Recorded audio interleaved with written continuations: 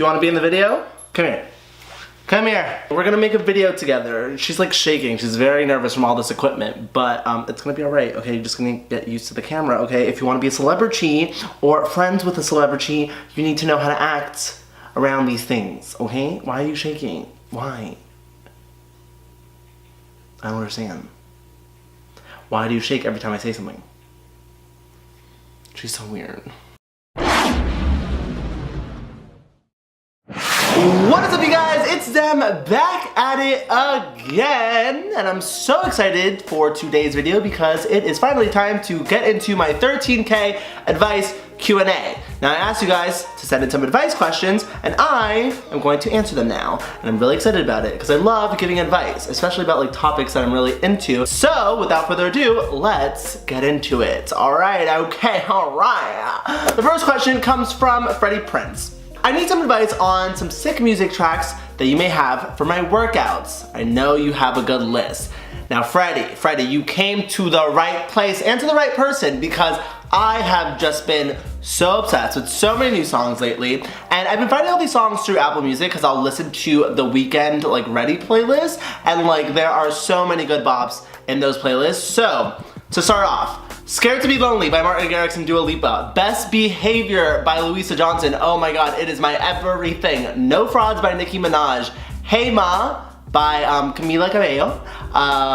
J Balvin, I don't know how you pronounce his name, and Pitbull. Zara Larson's album, So Good, is so good, so you should check that out. Thumbs by Sabrina Carpenter. Diggy by Spencer Ludwig. Whiskey Kisses by Mick Lowry. There's some like boy band, I've never heard of them, but so good. Not Above Love, the Devault remix. So good, so good. And Mama Say by Betty Who. Such a bop. So make sure you write all those down because that was pretty fast. Next question comes from BLVCK. He goes, I'm moving out for university next year. Any advice for moving? Sure, yeah, I definitely have advice. Moving is fun, it's exciting because you're in a new place, a new atmosphere, and it's kind of like a new beginning for you, but it is scary. So as long as you have the support from like your friends and family and you know that you're not gonna like die out on your own, then I think you'll be fine. But just know that like there's going to be a time of struggle. Like we all go through it. It's not gonna be the easiest transition. You are gonna miss home a lot. And just know that you need to be positive and have a positive mindset and just work hard for what you want. And kind of just be a trailblazer and do it for yourself. Don't do it for anyone else. And just be happy. Be as happy as you can be and do things that are gonna make you happy. And kind of get outside of your comfort zone because that's really important whenever you move. Like get outside of your comfort zone because if you stay in your comfort zone, then you're not gonna be able to experience your new surroundings or the new city that you're living in. So I definitely say get out of your comfort zone. Next question comes from my boy Victor Acosta. He's my twin because we have like the same shirt and he pointed that out on one of my Instagrams. He goes, what advice would you give someone who is having trouble with deciding what they want to do for the rest of their life? I've just been trying to find a way to not school anymore, but I want to be successful in life. How? Okay, this is hard because I feel you. Like school was never my thing. Although I did very good in school, it was never my thing. Like I didn't enjoy being in school, especially in college. Like high school, whatever, it was fun. Like I was a part of like yearbook and I was like, you know, I like did things. But college, being that I stayed home for college, I didn't really have that like college experience and I kind of just went there to like do what I needed to do and then get out. I wasn't really interested in like mingling or like joining clubs or just doing all of those things. I was not very school spirited. I would just say, hang in there, you've got this. School's not for everyone, but at the end of the day, you can do it, okay? And I believe in you. If I did it, if my sister did it, my sister hated school and she got through it, then you can definitely do it. And when you do, let me know because I'll be super proud and I will congratulate you, okay? All right, my nose is itchy. What advice would you give to someone going into their senior year of high school this fall? And that is from Thomas Brown, my boy Thomas Brown. Senior year of high school. Senior year of high school is a very interesting time because you're kind of like done with school and you're kind of like in that like senioritis mindset and you're just kind of over it, you know? But you still have some classes that are, I guess, like kind of important that you need to get done in order to graduate. I remember my senior year was like really fun. I don't remember what I did. I think I was in yearbook that year, so it was like a really exciting year because I was producing a yearbook. And that was like my pride and joy. Like that was the only class that I really cared about. And so I really had something to work for. And so if you just have a class that like you really love, I would say like give that class your all and make that your priority. Make sure you do well in all the other classes, but like at least you have something to look forward to every day, you know? So yeah, that's my advice. It's gonna go really fast. And then you're gonna be like, shit, I miss the days when I was in high school, because there are days where I'm just like, I'm tired of adulting. Like, I wanna just go back to like high school or like middle school and just like not have a care in the world, you know what I'm saying? So definitely enjoy it while you're there, because I feel like a lot of people take it for granted. Next question comes from a really small bean. I feel his name was different before. You changed your name on me because I know your picture. I forgot what your other name was. But he said, I need advice on dealing with rumors being spread about me. It's happening in my school right now and I need your help. I'm very much used to rumors being spread about me, especially when I was younger, like in elementary school, middle school, and like high school. Obviously like the whole like sexuality thing was a big part of my life, and people were constantly talking about it. People were constantly talking about me and what I was and all of these things that didn't really matter, you know? And it was hard, like I will admit, it was difficult because I just didn't want to be talked about, and I didn't understand why people cared so much when they didn't even know who I was as a person. I feel like people that start rumors or like do things to hurt other people, like it's because they're not happy with their lives. So you have to understand that like they're suffering on the inside, and so their way of coping or dealing with it is by deflecting and putting it onto others. So if you have a bully, just know that like they're doing it because they're not happy on the inside. And as long as you're happy on the inside, that's gonna eat them alive, and eventually they'll back down. So just continue doing you, continue being happy, don't let it get to you because it's not important, and eventually all those haters and all those perpetrators and all those people starting rumors will realize that they're stupid. And they'll realize that, wow, I was a sucky person back in the day. He's a sucky person. He's a sucky person. Lauren. I hate Spencer.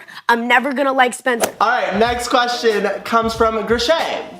She's a fellow YouTuber, and she says, I have a hard time looking at the camera due to shyness. What advice would you give me? In the beginning, it's definitely hard. It's definitely something you have to get used to. There are times where you'll see like I don't look at the camera, like sometimes I look to like the side.